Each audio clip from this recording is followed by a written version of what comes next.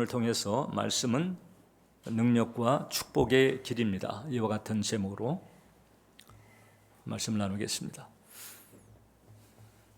1959년생이니까 사실 이제 요즘 그 청년 세대들은 잘 모를 수 있습니다만 우리나라에서 이제 한때 그 하드락 헤비메탈로 유명했던 그 조화문이라고 하는 가수가 있었습니다. 그 연세대 재학 시절에 이제 대학 가요제, MBC 대학 가요제에 나가서 은상을 수상하면서 이제 화려하게 데뷔를 하게 됩니다. 그리고 여러 많은 그 밴드로도 그렇고 솔로로도 그렇고 이제 많은 곡들을 부르면서 인기를 누렸는데 그 인기라고 하는 게 이제 시들게 되거든요. 인기가 이제 떨어지게 되면서 정서적으로 많은 어려움을 겪게 됩니다. 당연히 우울증 같은 것들, 그 다음에 불안증, 공황장애 이런 부분들이 그냥 한꺼번에 이제 몰리면서 거의 일주일이면 매일 인사불성이 돼서 술에 취해서 집으로 돌아와야 되는 그런 상황. 그 텅 빈 마음이 채워지지 않아 가지고 그래서 이제 그냥 인생 이게 이제 접자 이런 마음을 가질 즈음에 한 지인이 요한복음을 읽어보라고 권하더라는 거예요. 그래서 그 상황에서 이제 그 요한복음을 읽다가 이제 이분이 이제 주님을 알게 되고 그 주님의 말씀에 붙잡히게 됩니다. 그때 그를 이제 극적으로 살린 구절이 이제 요한복음 14장 27절이에요. 평안을 너에게 끼치노니 곧 나의 평안을 너에게 주노라. 내가 너에게 주는 것은 세상이 주는 것과 같지 아니하니라. 너희는 마음에 근심하지도 말고 두려워하지도 말라. 그때 이 말씀을 통해서 이 세상이 주는 것과 다른 그런 차원의 평안이 있구나. 그것을 알게 되고 그리고 이제 그 길로 내쳐 들어가면서 완전히 변화된 삶을 살게 됩니다. 나중에 이제 신학을 공부하고 이제 목회자가 되지요. 그때 이 말씀이 아니었다면은 이제 100% 극단적인 선택을 했을 거라고도 계속 얘기를 합니다. 지금은 어떻게 됐는고 하니 밥은 굶어도 성경은 굶지 않고 매일 1시간에서 5시간씩 읽는다는 거죠. 성경 말씀이 한 개인을 변화시킨 예입니다. 러시아에 톱스토옙스키가 있습니다. 대문호지요. 대문호가 되기 전에 그에게는 이제 그늘진 성장 과정이 있었습니다. 아버지가 이제 그 난폭하면서도 알코올 중독자였어요.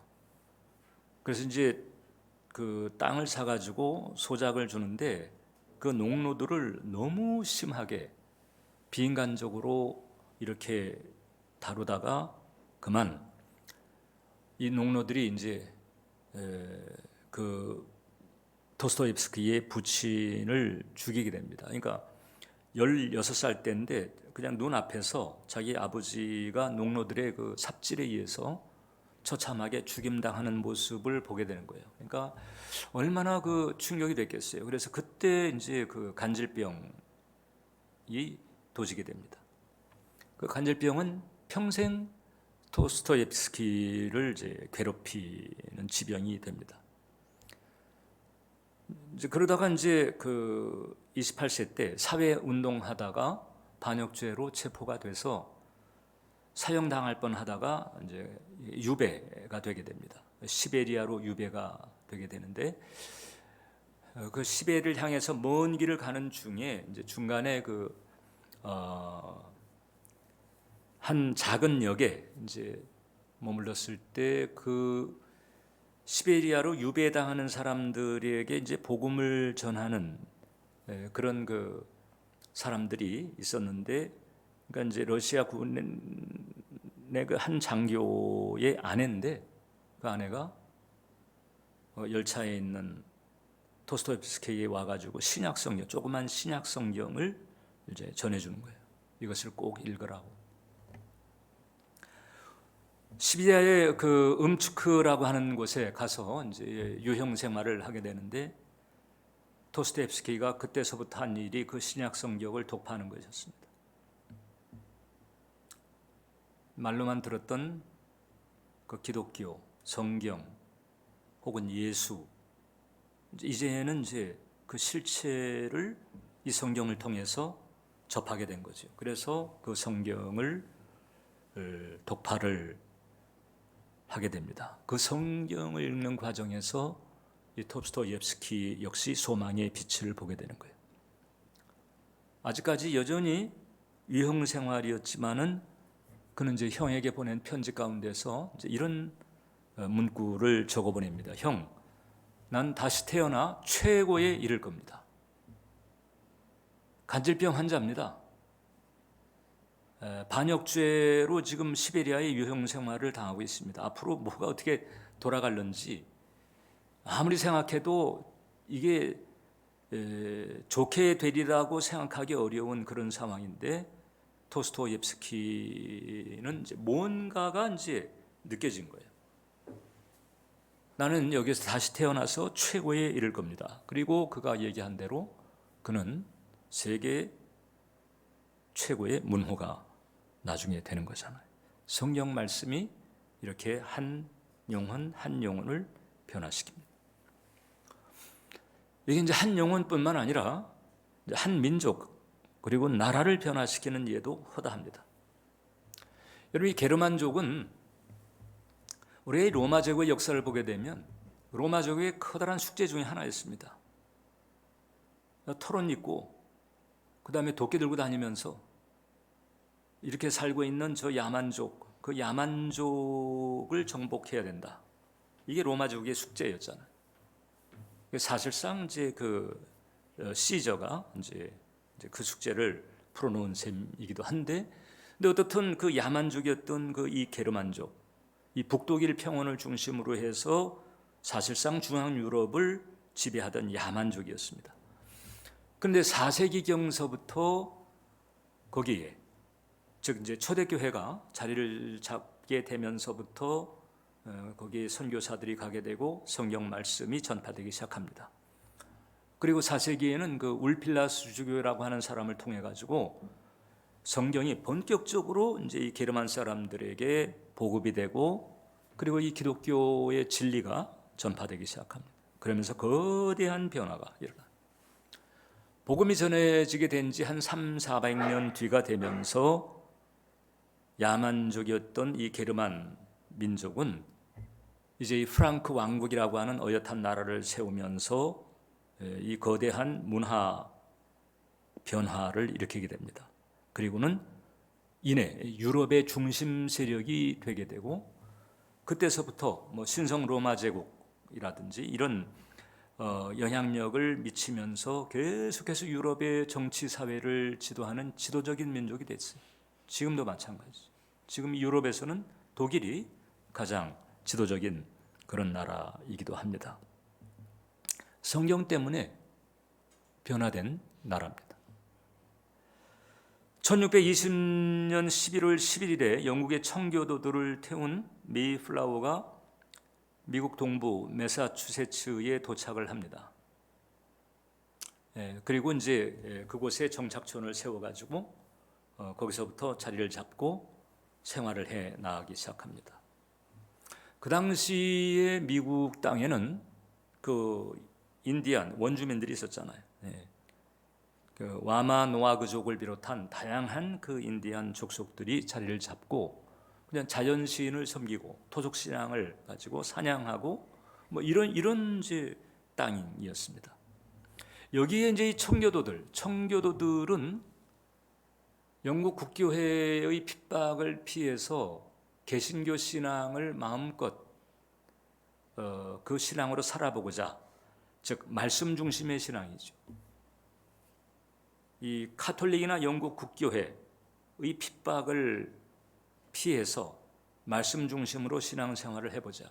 사실 이네들은 영국에 있을 때서부터 이 영국 성공이라든가 카톨릭이 이게 이제 혼합적인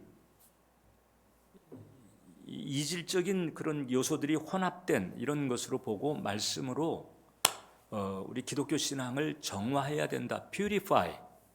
그래서 그네들을 퓨리턴이라고 하거든요. 퓨리턴. 그런 이제 신앙을 가지고 믿음의 길을 갔는데 박해를 받게 되니까 이제 거길 떠나서 마음 놓고 개신교 신앙을 할 수 있는 그 나라를 세우자 이런 마음을 가지게 된 거예요. 사실 나라를 세우자 하는 것보다도 마음 놓고 개신교 신앙생활을 하자 이런 거였습니다. 그들이 세운 나라가 바로 미국이에요. 그리고 얼마 가지 않아서 그 미국은 이 세계 최강의 슈퍼파워, 최강대국이 되는 것입니다.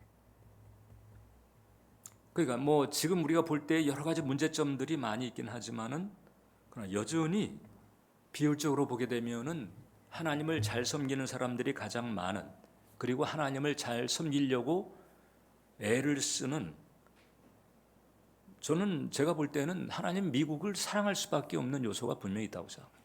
갈 때마다 느끼는 게. 그 최강대국이 된 거예요. 네. 수렵하고 자연 토속신앙 섬기던 그런 땅이었는데 세계 최강대국이 됐다. 뭘까요, 여러분? 네? 성령 말씀인 거예요. 말씀에 대한 믿음과 그 말씀 신앙, 이것이 그렇게 변화를 시킨 것입니다. 우리나라로 눈을 돌려보면 더욱 분명합니다. 우리나라는 고려시대 때에는 불교, 조선시대 때에는 유교입니다. 고려시대, 조선시대 주변 강대국들의 동네북이었습니다. 뭐 왕을 세우게 되면 그 세운 왕에 대한 인준을 받아야, 중국에서부터 인준 도장을 받아야 됐어요. 왕이 아들을 낳아가지고 세자로 책봉하고 원자로 세우고 이런 과정에서도 중국의 인준을 받아야 되는 거예요. 중국의 눈치를 보면서. 나중에는 뭐 일본의 식민지까지 됐습니다. 유교, 불교가 지배했던 시절에는 동네북이었고 심지어는 식민지로 전락까지 했습니다. 근데 지금은 내부에서는 그냥 복작복작 시끄러운 일이 많이 있지만, 그러나 어느 누구도 함부로 하지 못하는 경제 군사 강국이 됐습니다.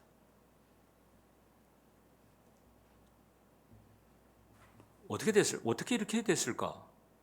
더군다나 허리가 잘린 반도 땅에서 그 북한과 지금 계속 이 전쟁 상태거든요. 이게 휴전 상태라서 그렇지. 지금 휴전 상태인 거예요. 전쟁이 완전히 종식된 상태가 아니에요. 그런데도 이렇게 놀라웠게 변화된 것은 뭘까? 반면에 또 북한은 굶어 죽는 사람들이 끊임없이 생기는 이런 아주 대조적인 이런 현상들이 어떻게 벌어지게 되었을까? 그것은 하나님의 말씀이 들어오면서부터라고 말할 수밖에 없어요.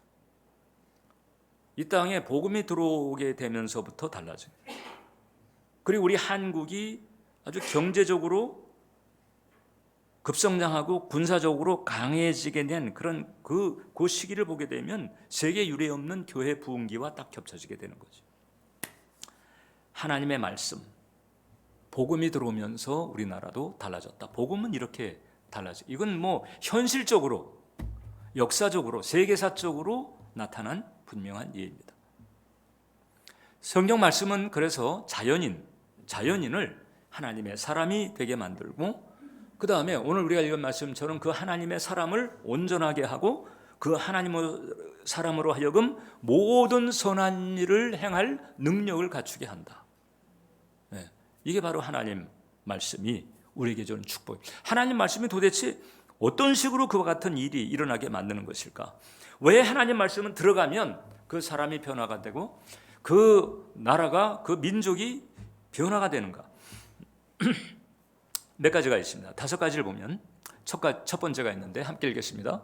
아담의 저주 아래 탄식하던 세상에서 하나님과 하나님 나라를 알고 죄와 저주의 그늘 아래서 나올 수 있게 하기에. 두 번째, 죄와 저주에 오염된 세상 풍조의 실체를 깨닫고 어둠에서 빛으로 나와 축복의 길로 갈 수 있게 하기에. 세 번째, 죄의식과 죄성, 온갖 상처로 찢겨진 마음을 올바로 다루어 회복과 평안의 길로 가게 하기에.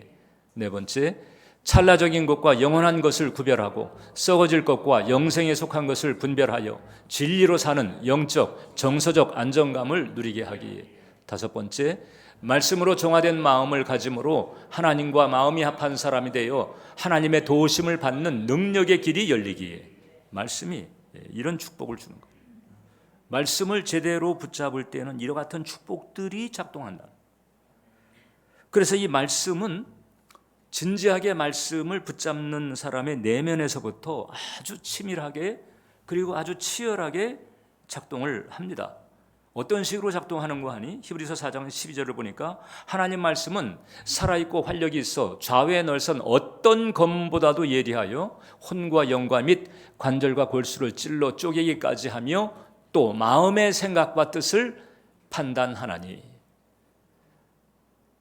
좌우에 날선 어떤 검보다도 예리한 하나님의 말씀, 이건 마치 아주 예리한 메스와 같은 예리한 메스. 그래서 영과 혼과 및 관절과 골수, 영적인 것과 혼적인 것과 육신적인 것과 세상적인 것과 이런 것들을 잘 분별해가지고 쫙쫙 갈라놓는 거예요. 이런 과정에서 이제 아픔이 있지요. 일단 메스가 지금 가해지는 상황이니까 아프기도 하죠. 그런데 또 한편 기쁨이 우러나오게 됩니다. 왜 그럴까? 왜 그럴까? 영과 혼과 관절과 골수가 쪼개지는 아픔도 있지만은 그게 왜 그걸 쪼개는 걸까? 그 안에 안 좋은 것들이 있으니까. 안 좋은 조직들이 있는 거예요. 안 좋은 세포들, 이걸 이제 뽑아내는 거죠. 예. 죄나 죄성, 육신, 저주 이런 것들을 뽑아내는 거예요. 이런 것들을 뽑아내니까 그 다음에는 거기에 평안과 자유, 그 다음에 기쁨이 오게 되는 거예요. 그래서 우리가 하나님 말씀을 읽을 때 영과 혼과 및 관절과 골수가 찔러 쪼개지는 아픔을 느낀다. 그런 아픔을 우리는 애통함이라고 합니다. 애통함. 아, 내게 이런 게 있었구나. 애통함이죠. 그런데 그런 애통함을 느끼는 것이 복이라고 그랬습니다. 예수님 말씀입니다. 애통하는 자는 복이 있나니 그들이 위로를 받을 것이다. 왜 애통할까요? 이게 안 좋은 게 있어가지고 이런 게 있었네. 이런 게 또 잘 이게 정리가 안 되네. 그래서 애통한데 주님은 그게 복이 있는 것이다. 위로가 임할 뿐만 아니라 이제 주님께서 성령을 통해서 도와주시는 거지. 그걸 뽑아내고 정리하고 변화가 되도록 도와주시는 거예요. 그래서 복이 있다는 거죠. 그러니까 애통함이 있다는 것은 성경 읽기가 잘 되었다는 것을 의미합니다. 메스를 들이댔는데 그냥 아프니까 마취를 하는 거잖아요. 만약에 마취 없었다면 그거 얼마나 아프겠어요? 아픔이 있죠. 그건 수술할 때의 통증과도 같은 거죠. 성경 읽을 때에 느끼는 애통함은 수술 받을 때의 통증과 같다. 잠깐 주사 맞을 때에 또 통증이 있다. 그런 통증인 거죠. 그 유익한 통증인 거예요. 유익한 통증입니다. 성경을 읽는데 애통함이 없다. 차라리 그게 이제 문제인 거예요. 문제인 거예요. 이 세상에 성경을 읽으면서 애통함을 가지지 않을 수 있는 사람은 아무도 없습니다. 사도 바울도 그래서 나는 날마다 죽노라 이렇게 한 거잖아요. 그러니까 그런 애통은 축복이다. 그러면서 그 애통함 다음엔 그 다음에 평안이 오는 거예요.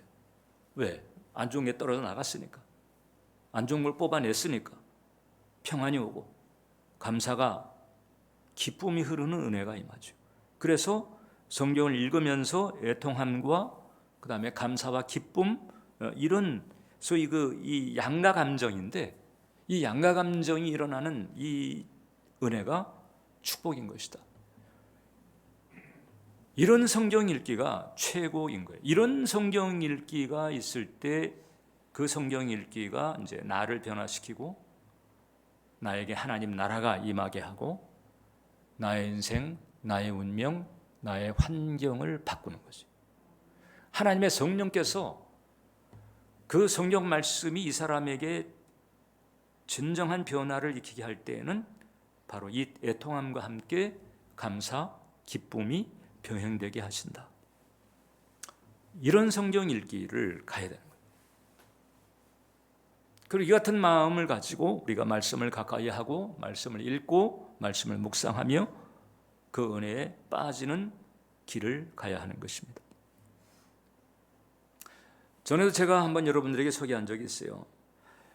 일생 5만 번, 이거 하나님의 응답이네, 이렇게 분명히 확인할 수 있는 그 기도 응답을 5만 번 받은 것으로 알려진 조지 밀러의 그 신앙 고백입니다.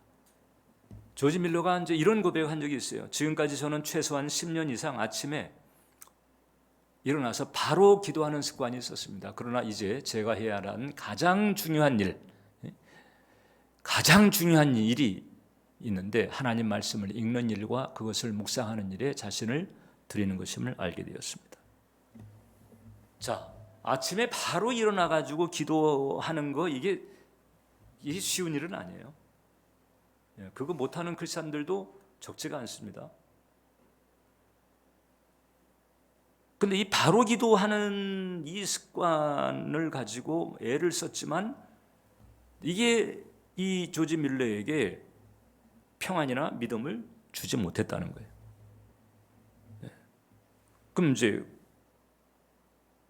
그럼 어떤 상황이 있었을까? 그는 이렇게 얘기를 합니다. 저는 영혼의 위로와 격려를 얻기도 전에 무릎을 꿇은 채 15분이나 30분 혹은 1시간가량을 허비했다는 거예요. 허비라고 하는 표현을 써요. 바로 일어나서 하나님 앞에 다 기도를 했는데 이 돌이켜보니까 허비하는 시간이었다. 왜냐하면 그 시간 동안 산란한 마음, 심란한 마음 이런 걸로 그냥 막 어질을 한 상태에서 겨우 기도하기 시작하는데 그러니까 그런 마음이 정비가 되기까지 또 시간이 얼마나 걸리겠어요. 그러니까 정비도 안 된 상태에서 그냥 기도가 끝나는 경우도 있고 이것이 고민이 된 거죠. 이게 왜 이럴까? 내가 기도하려고도 마음 먹고 실제로 기도하려고 그렇게 힘을 쓰는데도 불구하고 내 마음은 왜 이렇게 계속 산란한 마음으로 힘든 것일까? 그냥 기도함으로 산란하고 심란한 마음이 해소가 안 된다는 거잖아요. 조지 밀러가 깨달은 거. 그래서 그 다음에 이걸 어떻게 해야 되나? 이제 여러 가지로 애쓴 끝에 드디어 이분이 발견한 이 평안의 길, 믿음의 길이 있게 된 것인데 아까 우리가 읽었던 것처럼 이제 먼저 일어나서 하나님 말씀을 읽고 묵상하고 그 다음에 기도하는 거예요.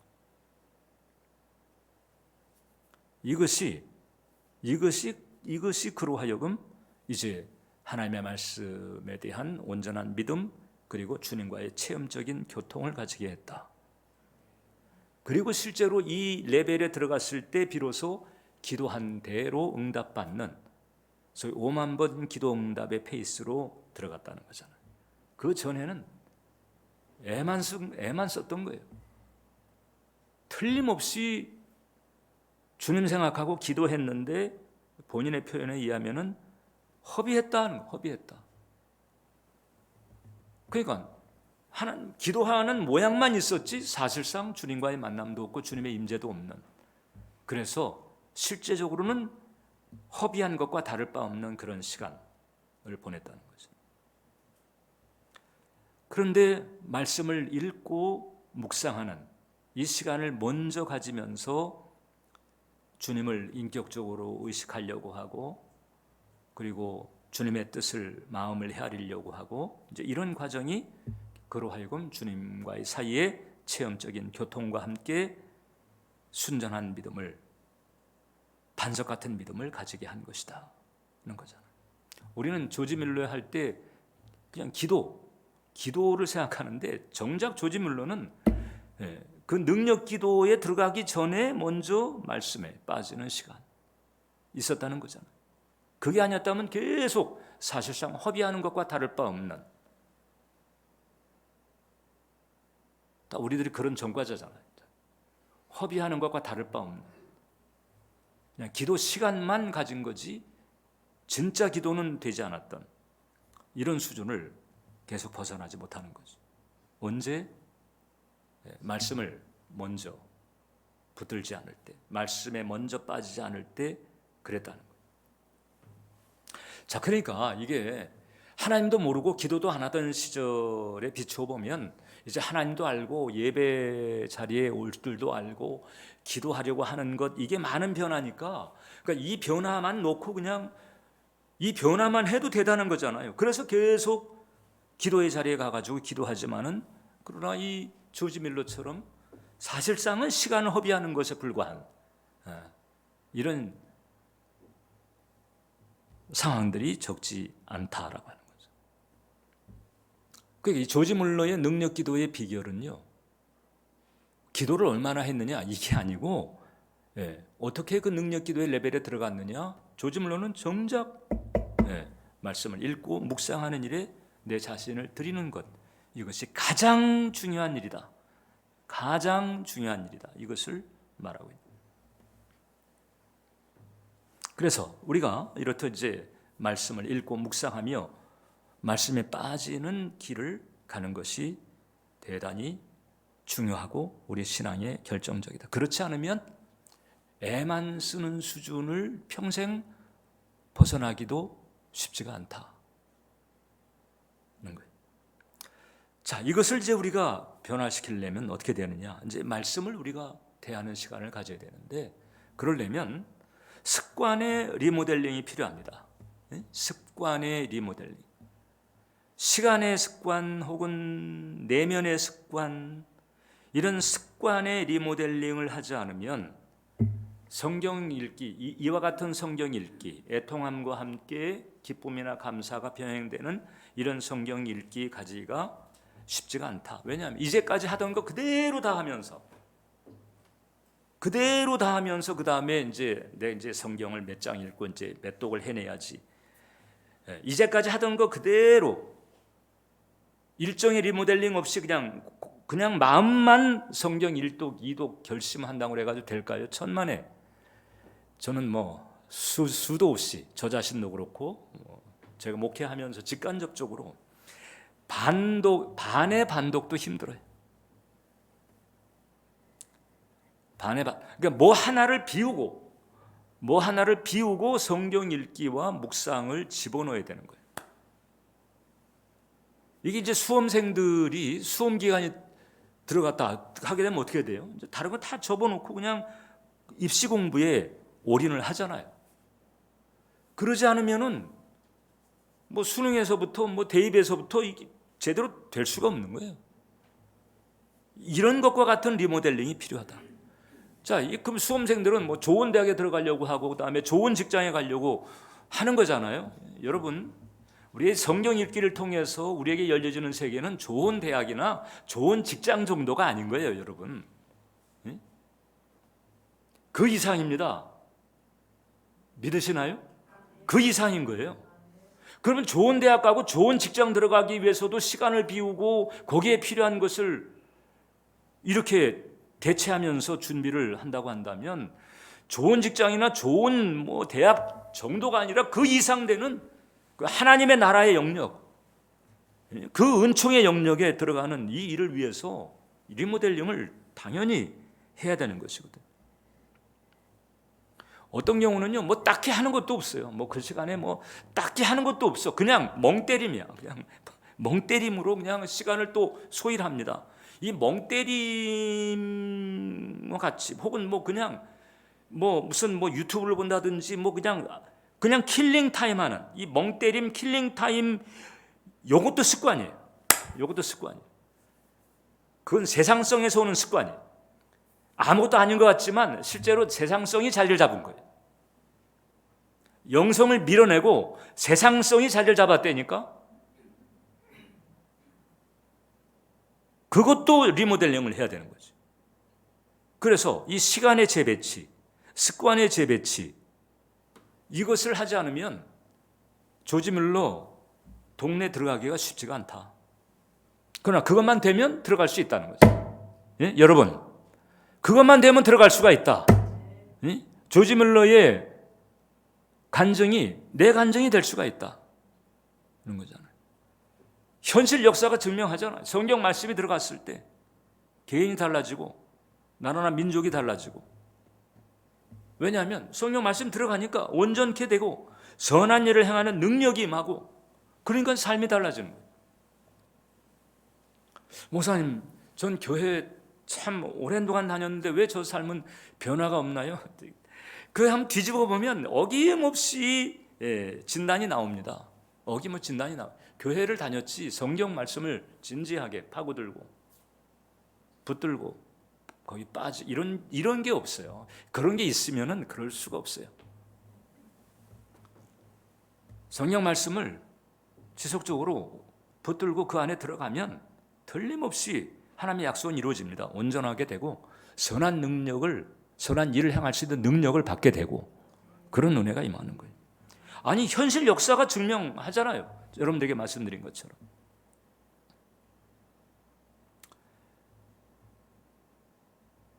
내년의 모토가 이 두루마리를 먹으라. 말씀. 이젠 말씀으로 들어가야 된다. 이 조지 밀러의 깨달음이 더 절실하게 다가오는 거예요. 말씀. 아까 말씀드린 것처럼 교회를 안 다니다가 신앙생활 안 하다가 교회를 다니고 그 다음에 뭐 기도도 하고, 이런 변화가 그 전에 비하면은 엄청난 변화이기 때문에 야, 이것도 대단하지 싶지만은 아니, 그거는 이제 시작이고, 이제는 조지 밀러처럼 하나님의 말씀을 대하고 하나님 말씀을 읽고 묵상하고 이 레벨에 들어가는 과정이 남아있다. 온전하게 되고 선한 일을 행할 수 있는 능력을 받는 그 자리에 우리가 가야 되는 거예요. 도스토옙스키가 형에게 그렇게 얘기했다고 그랬잖아요. 형, 난 다시 태어나 최고에 이를 겁니다. 그리고 실제로 그렇게 됐어요. 뭐가? 말씀이. 그리고 이 도스토옙스키의 작품들을 보세요. 다 전부 그게 이 신앙의 깊은 통찰에 바탕한 인간 분석이잖아요. 성경 때문에 최고에 이르게 된 거예요. 성경 때문에 다시 태어나서 최고에 이르게 된 것이다. 누구든지 성경 읽기를 제대로 하는 사람에게는 이런 축복이 임하는 거예요. 이제 우리가 그 길로 또 내쳐 가봐야 되는 것입니다. 그래서 다시 태어나 최고에 이르는 축복을 여러분도 누리게 되시기를 주님의 이름으로 축원합니다. 기도하겠습니다. 살아계신 주님, 이렇듯 우리로 하여금 온전하게 되고 선한 일을 행할 수 있는 능력 얻을 수 있는 길을 예배해 주심을 감사합니다. 이제 성경 말씀을 제대로 읽어나가는 이 은혜의 길을 우선순위를 놓고 의지를 가지고 나아갈 수 있도록 도와주옵소서. 예수님의 이름으로 기도합니다. 아멘.